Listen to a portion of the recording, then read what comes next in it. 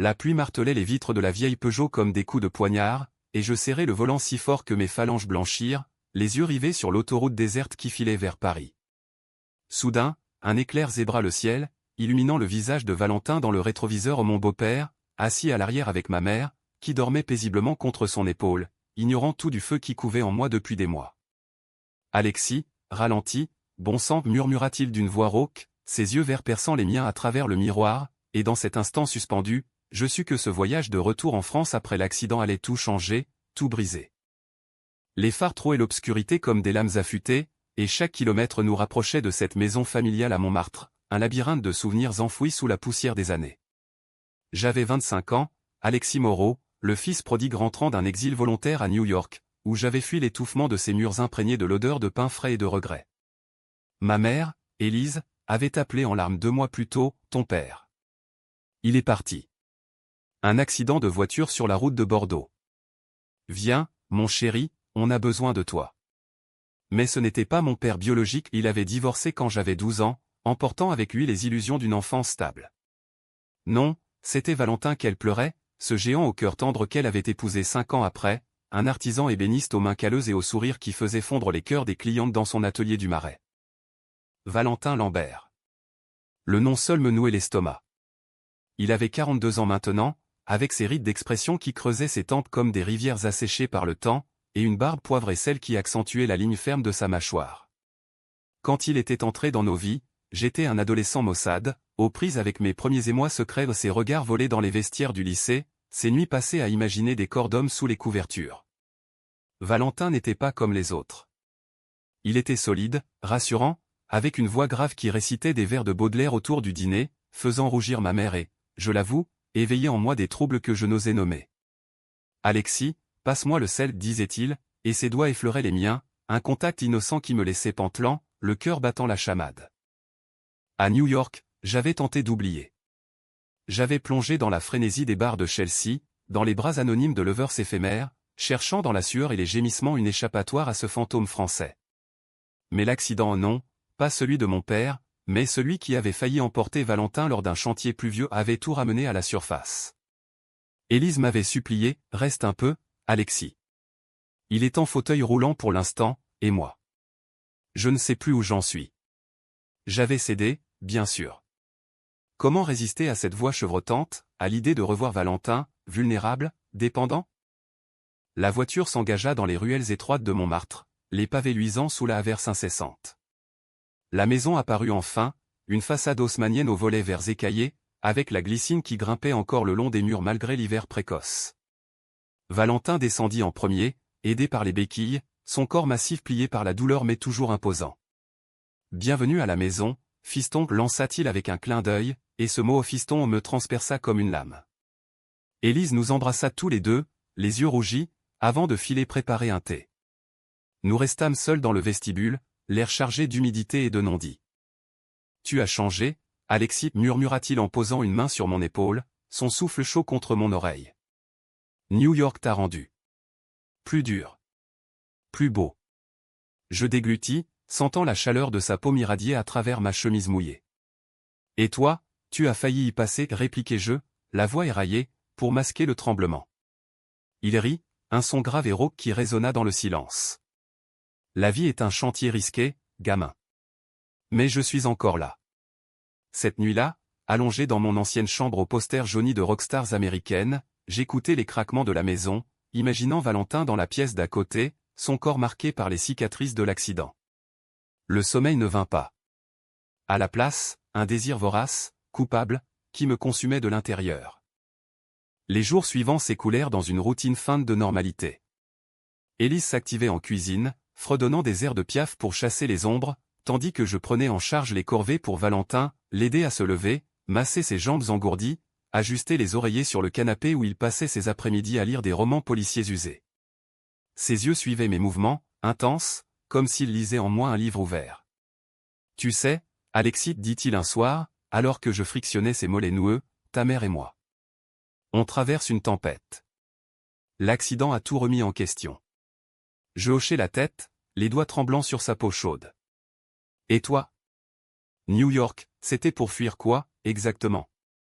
Sa question me cloua sur place. Fuis-je? Lui, peut-être. Ou l'idée de lui. Un après-midi pluvieux, Élise partit chez sa sœur à Versailles pour une escapade thérapeutique, nous laissant seuls pour la première fois. La maison sembla retenir son souffle. Valentin, assis à son établi dans l'atelier attenant, sculptait un morceau de chêne avec une détermination farouche, ignorant la douleur qui crispait ses traits. « Viens m'aider, grogna-t-il, et je m'approchai, prenant l'outil qu'il me tendait. Nos mains se frôlèrent, et cette fois, il ne retira pas la sienne. Alexis. Il y a des choses que je n'ai jamais dites. Son regard plongeait dans le mien, chargé d'une urgence que je ne pouvais ignorer.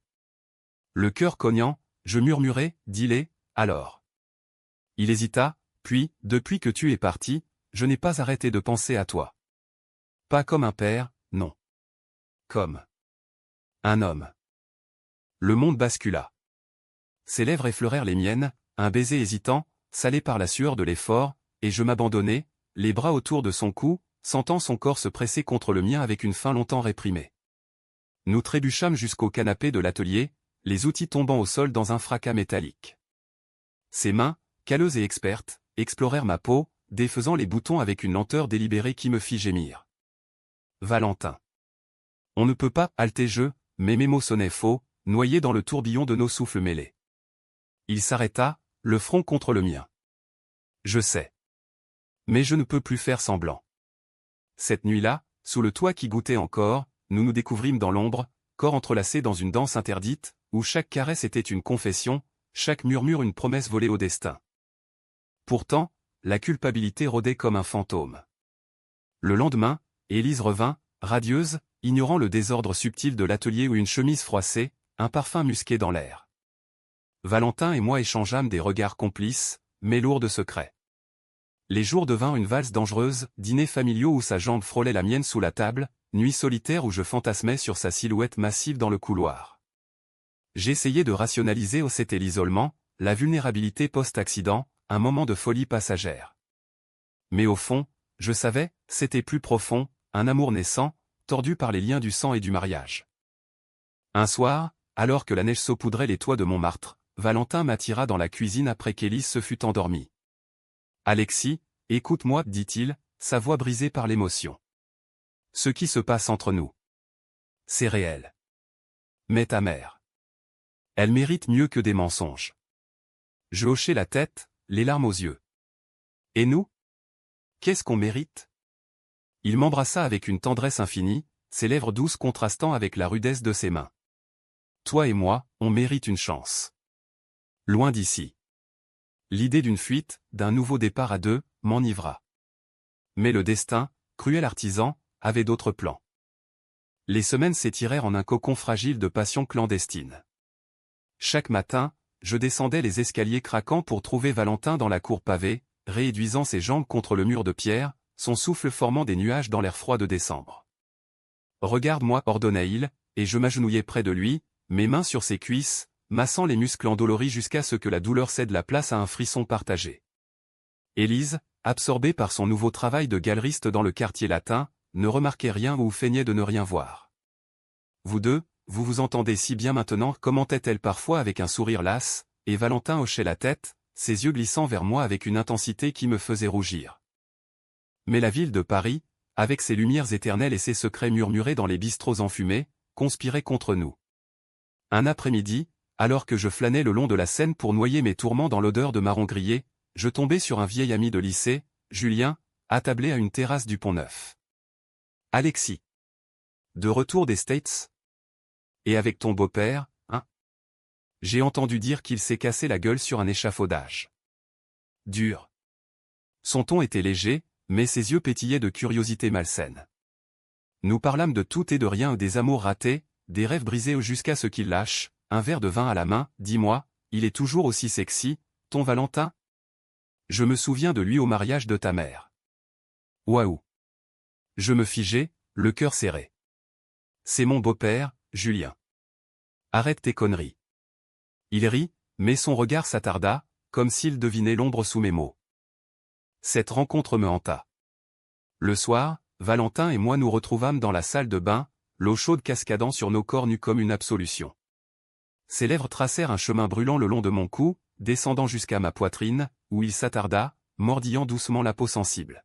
« Tu es à moi, Alexis, murmura-t-il contre ma peau, et je m'arc-boutai, les ongles enfoncés dans ses épaules larges, perdant tout sens dans l'urgence de nos étreintes. Nous faisions l'amour avec une ferveur désespérée, comme si chaque orgasme pouvait conjurer la tempête à venir. Pourtant, dans les silences qui suivaient, Valentin confessait ses doutes, « J'ai aimé ta mère, tu sais. Vraiment. Mais toi. Tu es la tempête que je n'attendais pas. » Ces mots, sincères et poignants, me liaient à lui plus fort que les chaînes du désir.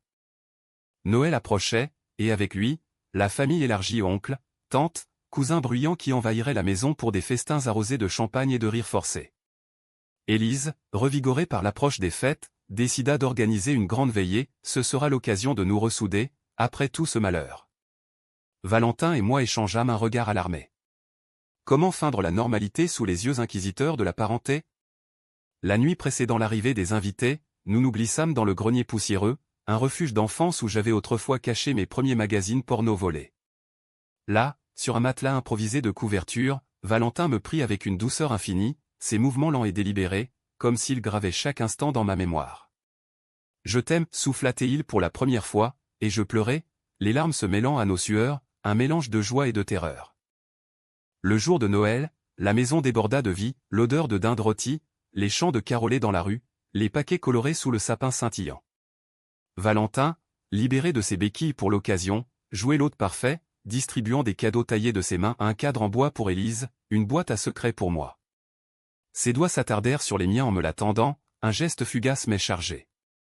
La soirée s'étira en un tourbillon de toasts et d'anecdotes, jusqu'à ce qu'un cousin, un avocat bavard nommé Marc, aborde Valentin sur son accident.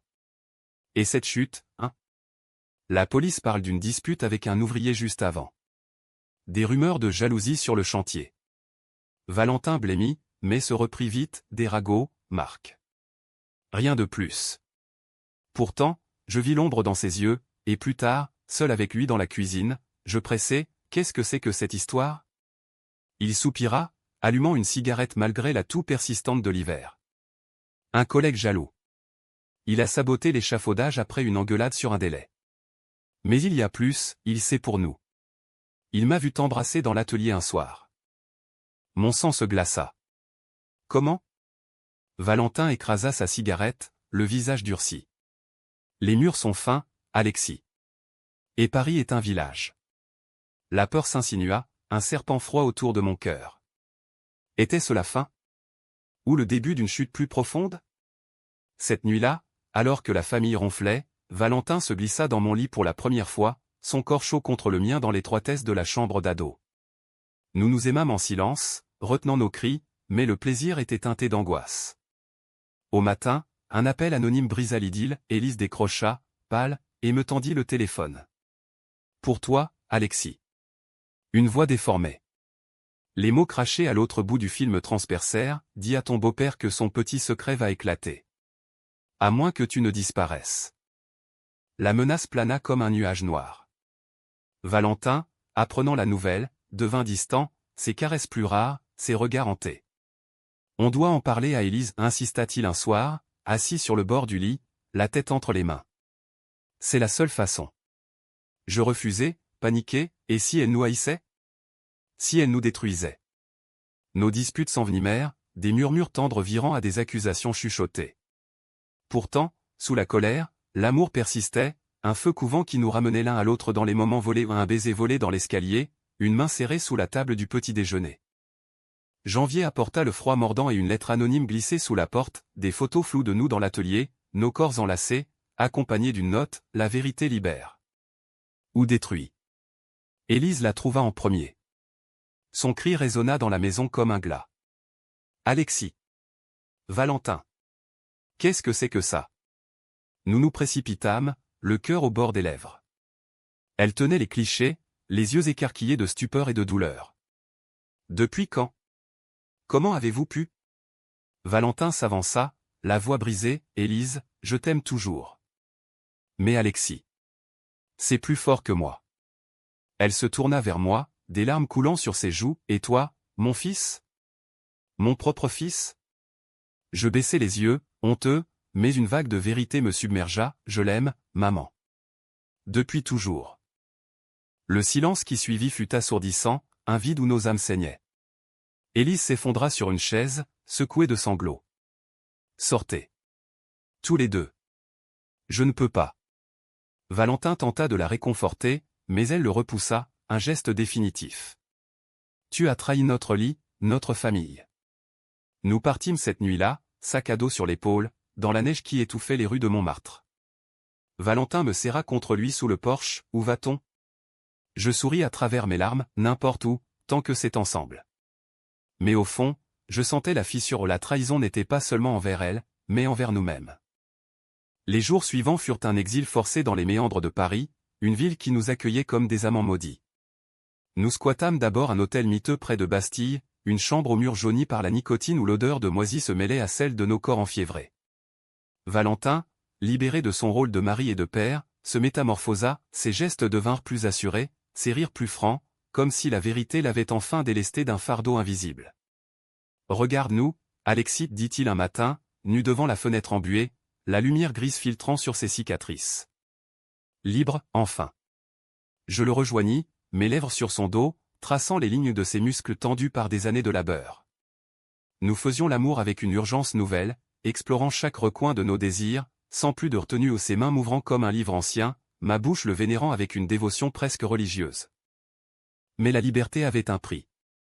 Élise, dans un sursaut de dignité blessée, engagea un avocat pour divorcer, et les appels rageurs de la famille pleuvaient, traître. Pervers. Valentin, stoïque, encaissait, mais je voyais les fissures aux ses nuits agitées, ses silences lourds.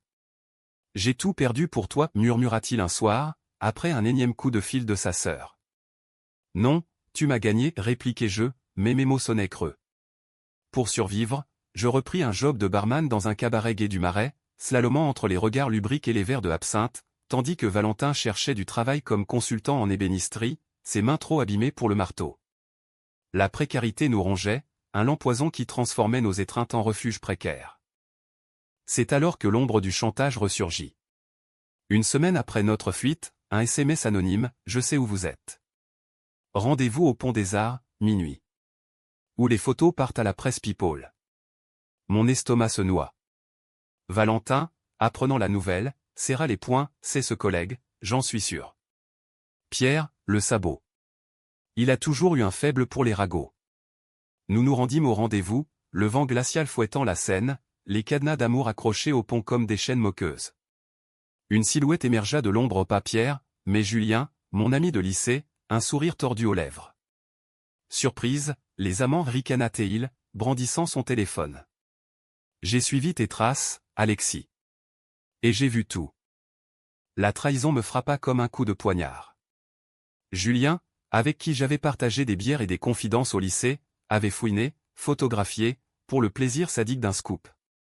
Pourquoi, balbutiai-je, la voix brisée. Il haussa les épaules, l'argent, d'abord. Un tabloïd paie bien pour du scandale familial. Et puis. Jalousie. Tu as toujours eu ce que je voulais, la liberté d'aimer qui tu veux. Valentin s'avança, menaçant, efface ça, ou je te brise. Mais Julien recula, riant, trop tard. À moins que. Ses yeux glissèrent sur moi, lubriques. Une nuit avec vous deux. Un échange équitable. La proposition me révulsa, un mélange de dégoût et de rage. Valentin explosa, le plaquant contre la rambarde, mais je l'arrêtai, non. On ne descend pas à son niveau.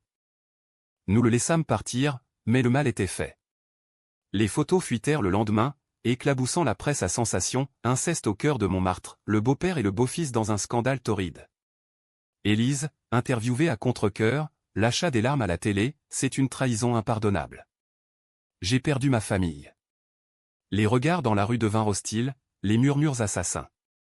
Valentin, brisé, sombra dans une déprime silencieuse, refusant mes avances, je t'ai souillé, Alexis.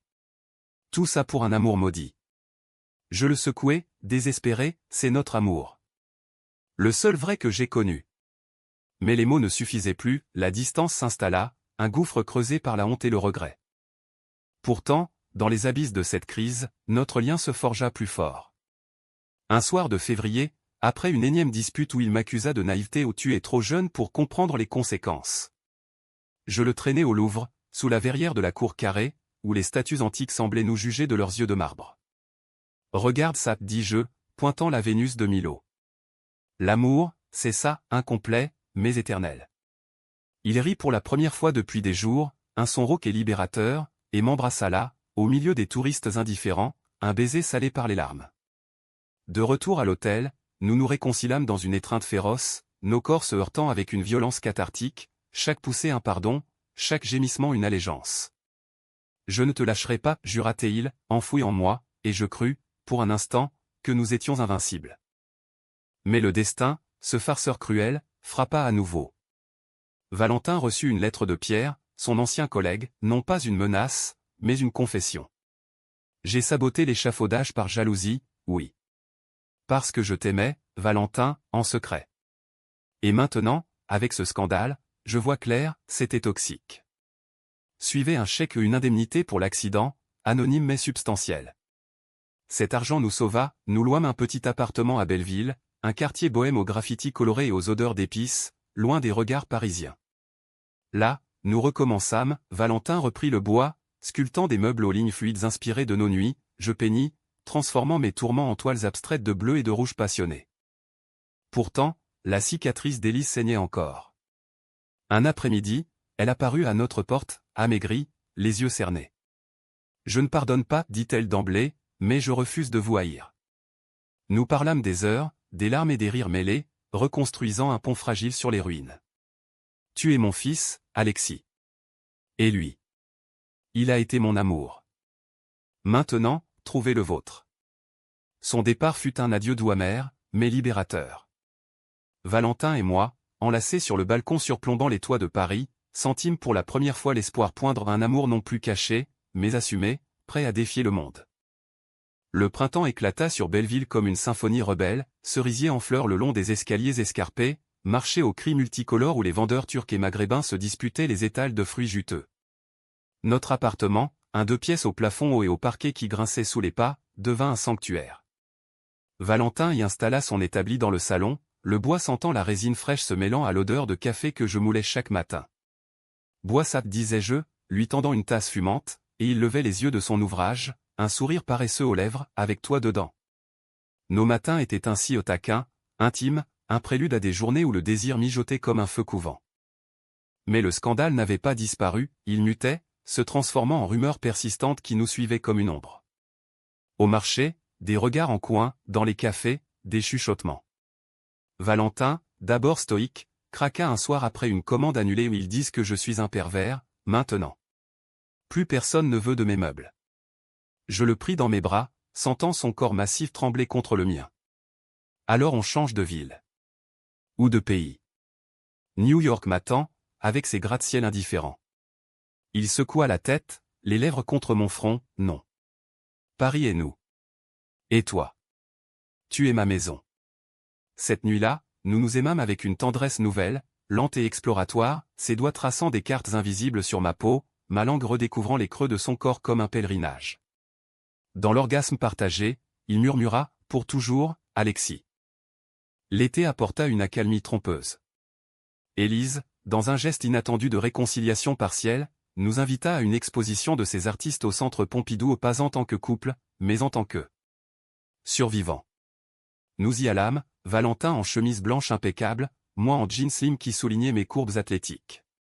La foule bourdonnante, les œuvres abstraites aux couleurs vives, créèrent une bulle fragile. Au milieu d'une salle dédiée à l'amour queer, une toile géante, 2 hommes enlacés sous un ciel orageux, leur corps fusionnant en un tourbillon de chair et de passion.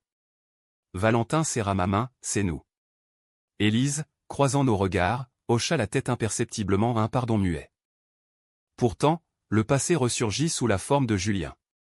Il débarqua un après-midi pluvieux, trempé comme un chien battu, les yeux rougis par l'alcool et les remords. J'ai tout gâché, balbutia-t-il sur le seuil. Le tabloïd m'a largué, ma copine m'a quitté. Je vous aimais, tous les deux, d'une façon tordue.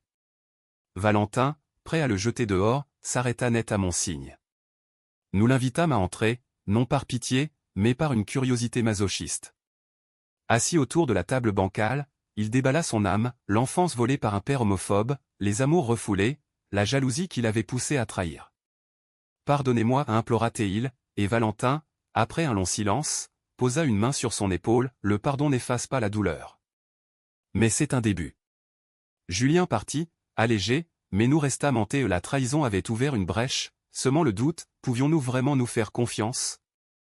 Cette faille grandit avec l'automne, quand Valentin reçut une offre alléchante, un poste de maître artisan à Lyon, une ville anonyme aux traboules secrètes. On recommence là-bas, proposa-t-il, excité. Mais moi, ancré à Paris par mes toiles en gestation et les liens renaissants avec Élise, hésité. Et si on reste? Affronte le monde ensemble. Nos disputes revinrent, plus vives, tu es égoïste, Alexis. Tu penses à ton art, pas à nous, hurla-t-il un soir, claquant la porte. Seul, je noyais mon chagrin dans le vin rouge, imaginant un futur sans lui, un vide insupportable. Au petit matin, il revint, les traits tirés, et nous nous réconciliâmes dans un silence éloquent, pas de mots, juste nos corps se cherchant dans l'aube pâle, une fusion lente où chaque caresse réparait les fissures. Hiver de nouveau, et avec lui, une épreuve plus intime. Valentin, lors d'une rééducation tardive, apprit que l'accident avait laissé des séquelles permanentes ou une boiterie légère, mais surtout, une impuissance sporadique. « Je ne suis plus l'homme que tu as aimé, confia-t-il, la voix étranglée, évitant mon regard. Je le pris par le menton, forçant ses yeux verts à rencontrer les miens, l'amour n'est pas dans la performance, Valentin. C'est dans ton cœur, qui bat pour moi. Nous explorâmes alors de nouveaux territoires, des caresses orales langoureuses, des jeux de domination douce où je le guidais, inversant les rôles avec une tendresse infinie. Son plaisir renaquit, timide mais authentique, et avec lui, une intimité plus profonde, où le vulnérable devenait force. Mais le climax approchait, inexorable. Élise, enceinte d'une aventure passagère, un amant rencontré dans sa galerie nous annonça sa décision, je garde l'enfant. Et je veux que vous soyez là, comme oncle, comme ami.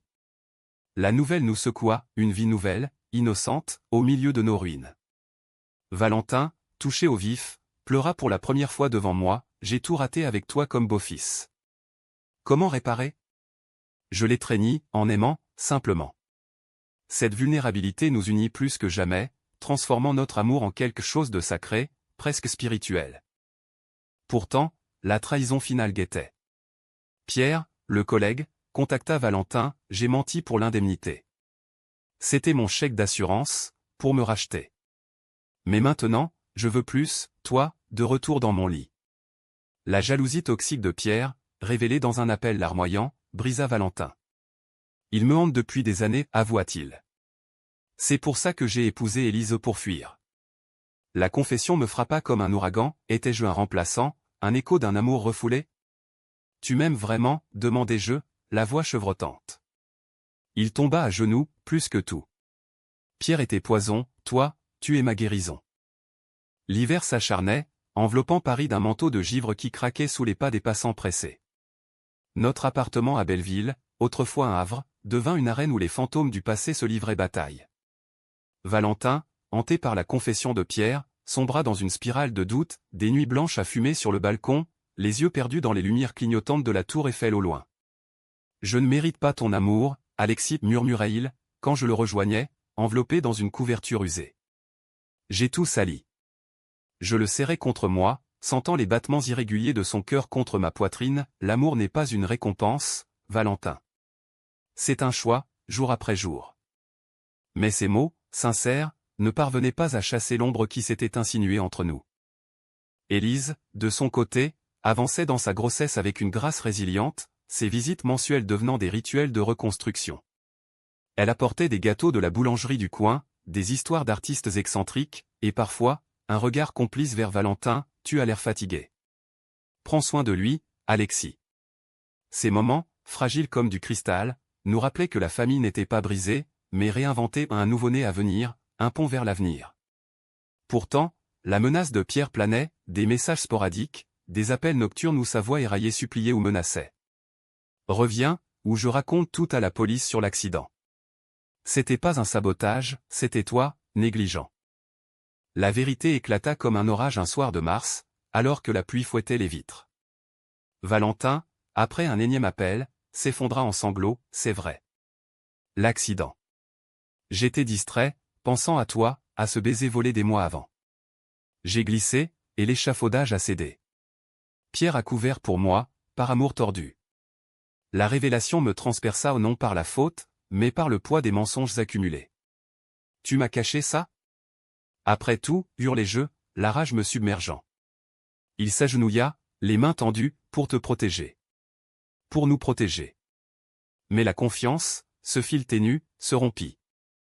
Je partis errer dans les rues luisantes, le froid mordant ma peau, me demandant si notre amour n'était qu'une illusion forgée dans le chaos. Les jours suivants furent un purgatoire, silence pesant, repas pris face à face sans un mot, nuit où je dormais sur le canapé, écoutant ses ronflements tourmentés. Élise, sentant le vent tourner, m'appela, ne le laisse pas partir, Alexis. L'amour vrai, c'est affronter les ténèbres ensemble. Ces mots, imprégnés de sa propre guérison, me touchèrent. Je rentrai un soir, trempé, et trouvai Valentin entouré de copeaux de bois, sculptant une berceau miniature pour le bébé à venir, un geste d'expiation muette. C'est pour nous trois, dit-il simplement. Je m'approchai, les larmes coulant, et pour nous deux. Il se leva, boitant légèrement, et m'embrassa avec une urgence désespérée. Toujours. La réconciliation fut ardue, un lentissage de fils effilochés. Nous parlâmes des heures, confessant nos peurs les plus intimes, ma crainte d'être un substitut, sa terreur de me perdre à cause de ses faiblesses. Pierre, confronté par Valentin lors d'une rencontre tendue au parc des Buttes-Chaumont, fut enfin écarté, c'est fini. Trouve ta paix ailleurs. Le harceleur s'effondra, avouant son propre vide, et partit, libéré d'une obsession maladive. Avec cette porte close, un espace s'ouvrit pour nous, des promenades main dans la main le long du canal de l'Ourcq, des dîners aux chandelles où nous évoquions un futur sans chaîne. L'accouchement d'Élise, en mai, marqua le tournant. Nous fûmes là, dans la salle d'attente aseptisée de l'hôpital Saint-Louis, Valentin serrant ma main jusqu'à ce que les jointures blanchissent. Quand le cri du bébé, un garçon nommé Lucien, en hommage à un oncle défunt, retentit, Élise nous sourit, épuisée mais rayonnante, tenez-le, tous les deux. Valentin berça l'enfant contre son torse massif, des larmes coulant sur ses joues, et je sentis, en cet instant, la plénitude d'une famille recomposée non par le sang, mais par le choix et le pardon. Merci, murmura Élise, et dans ses yeux, il n'y avait plus de haine, seulement une sérénité durement acquise. De retour à Belleville, notre amour s'épanouit en pleine lumière. Valentin exposa ses meubles dans une galerie du Marais, des pièces aux courbes sensuelles inspirées de nos corps entrelacés, mes toiles, sombres au début, s'illuminèrent de couleurs vives, vendues à des collectionneurs qui y voyaient l'essence de l'amour queer contemporain. Les nuits, nous nous aimions avec une maturité nouvelle, pas la frénésie des débuts, mais une tendresse profonde, où les caresses étaient des poèmes murmurés, les orgasmes des symphonies partagées. Tu es ma muse, mon roc, chuchotait Valentin, enfoui en moi sous les draps froissés, et je répondais par un baiser, scellant notre pacte. Un an plus tard, sous un ciel d'été étoilé, nous échangeâmes des vœux discrets lors d'une cérémonie civile à la mairie du 20e arrondissement, Élise et Lucien comme témoins, un petit cercle d'amis acquis à notre cause. Dans la joie et dans la peine, jura Valentin, sa voix grave résonnant dans la salle austère, et je sus que c'était vrai, nous avions traversé l'enfer pour toucher le paradis. Paris, cette ville de passion et de trahison, devint le décor de notre renaissance à un amour humain, imparfait, mais profondément authentique. Et ainsi, dans les ruelles de Belleville où les amants s'embrassent sans crainte, Alexis et Valentin marchèrent, main dans la main, vers un horizon où le passé n'était plus une chaîne, mais une leçon gravée dans le cœur. L'amour, au bout du compte, n'était pas une conquête, mais une reddition gracieuse à l'autre, à soi-même, à la vie dans toute sa splendeur cruelle et belle.